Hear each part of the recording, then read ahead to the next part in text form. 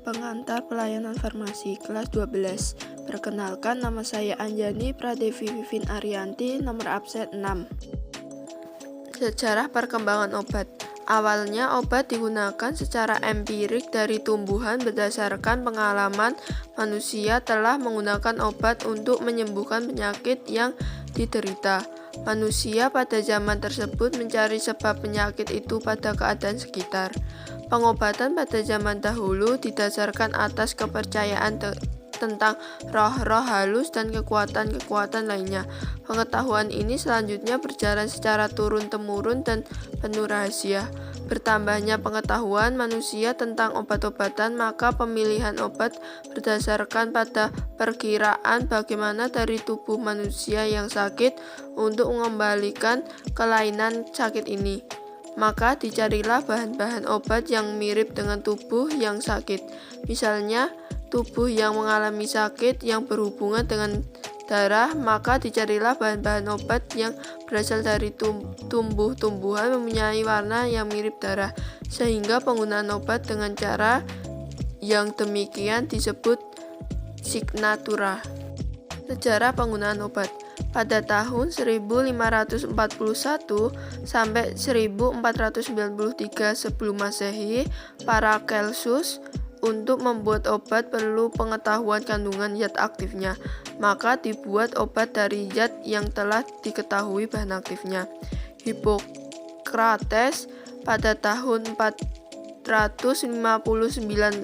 sampai 370 sebelum Masehi, bapak kedokteran dalam praktek pengobatannya telah menggunakan lebih dari 200 jenis tumbuhan. Claudius Galen pada tahun 200 sampai 129 sebelum Masehi menghubungkan penyembuhan penyakit dengan teori kerja obat yang merupakan bidang ilmu farmakologi. Dan Johann Jacob pada tahun 1620 sampai 1695 berhasil melakukan verifikasi efek farmakologi dan toksikologi obat pada hewan percobaan.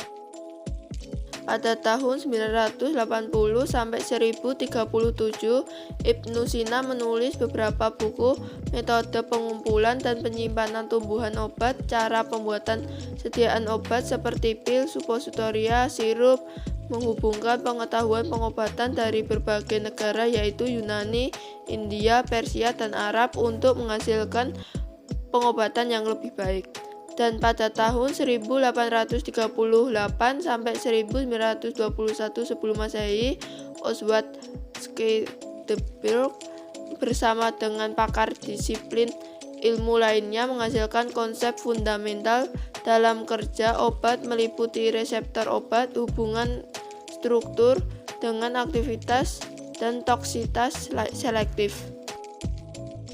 Sampai akhir abad 19, obat merupakan produk organik atau anorganik dari tumbuhan yang dikeringkan atau segar, bahan hewan atau mineral yang aktif dalam penyembuhan penyakit, tetapi dapat juga menimbulkan efek toksik bila dosisnya terlalu tinggi atau pada kondisi tertentu dari penderita. Untuk menjamin tersediaannya obat agar tidak tergantung pada musim, maka tumbuhan obat diawetkan dengan pengeringan. Contoh tumbuhan yang dikeringkan pada saat itu adalah getah Papaver somniferum atau opium mentah, yang sering dikaitkan dengan obat penyebab ketergantungan dan ketagihan. Dengan mengekstraksi getah tanaman tersebut dihasilkan berbagai senyawa, yaitu morfin, kodein, narkotin atau neskapin, papaverin, dan sebagainya, yang ternyata memiliki efek yang berbeda satu sama lain, walaupun dari sumber yang sama. Dosis tumbuhan kering dalam pengobatan ternyata sangat bervariasi tergantung pada tempat asal tumbuhan, waktu panen, kondisi, dan lama penyimpanan. Untuk menghindari variasi dosis, F.W. Sertwener pada tahun 1783 sampai 1841 pada tahun 1804 mempelopori isolasi zat aktif dan memurnikan dan secara terpisah dilakukan sintesis secara kimia. Sejak itu berkembang obat sintetik untuk berbagai jenis penyakit. Perkembangan obat baru diawali dengan sintesis atau isolasi dari berbagai sumber. Yang pertama, tanaman atau glikosida jantung untuk mengobati lemah jantung. Yang kedua, jaringan hewan atau heparin untuk mencegah pembekuan darah.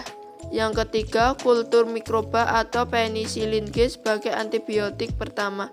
Yang keempat, urin manusia atau koriogonadotropin. Dan yang terakhir, dan dengan teknik bioteknologi dihasilkan human insulin untuk menangani penyakit diabetes. Dengan mempelajari hubungan struktur obat dan aktivitasnya, maka pencarian zat baru lebih terarah dan memunculkan ilmu baru, yaitu kimia medicinal dan farmakologi molekular. Uji praklinik dan uji klinik. Yang pertama, uji yang harus ditempuh oleh calon obat adalah uji praklinik dan uji klinik. Uji praklinik adalah persyaratan uji untuk calon obat. Yang kedua, dari uji ini diperoleh informasi tentang efikasi atau efek farmakologi, profil farmakokinetik, dan toksitas calon obat. Yang ketiga, pada mulanya yang dilakukan adalah pengujian ikatan obat pada reseptor dengan kultur sel terisolasi atau organ terisolasi. Yang keempat, hewan yang baku yang digunakan adalah galur tertentu dari mencit, tikus, kelinci, marmut, hamster, anjing, atau beberapa uji menggunakan primat. Yang kelima, hanya dengan menggunakan hewan utuh dapat diketahui apakah obat menimbulkan efek toksik pada dosis pengobatan atau aman. Uji praklinik dan uji klinik. Uji praklinik. Penelitian toksisitas merupakan cara potensial untuk mengevaluasi. Yang pertama, toksisitas yang berhubungan dengan pemberian obat akut atau kronis. Yang kedua, kerusakan genetik atau genotositas dan mutagenitas. Yang ketiga, pertumbuhan tumor atau onkogenisitas atau karsinogenitas. Yang keempat, kejadian cacat waktu lahir atau teratogenitas. Selain toksisitasnya, uji pada hewan dapat mempelajari yang pertama, sifat farmakokinetik obat meliputi absorpsi, distribusi, metabolisme, dan eliminasi obat. Yang kedua, semua hasil pengamatan pada hewan menentukan apakah dapat diteruskan dengan uji pada manusia. Ahli farmakologi bekerja sama dengan ahli teknologi farmasi dalam pembuatan formula obat menghasilkan bentuk-bentuk sediaan obat yang akan diuji pada manusia. Uji klinik. Setelah calon obat dinyatakan mempunyai kemanfaatan dan aman pada hewan percobaan, maka selanjutnya diuji pada manusia atau uji klinik. Uji pada manusia harus diteliti dulu kelayakannya oleh Komite Etik mengikuti Deklarasi Helsinki. Fase pertama, calon obat diuji pada sukarelawan sehat untuk mengetahui apakah sifat yang diamati pada hewan percobaan juga terlihat pada manusia.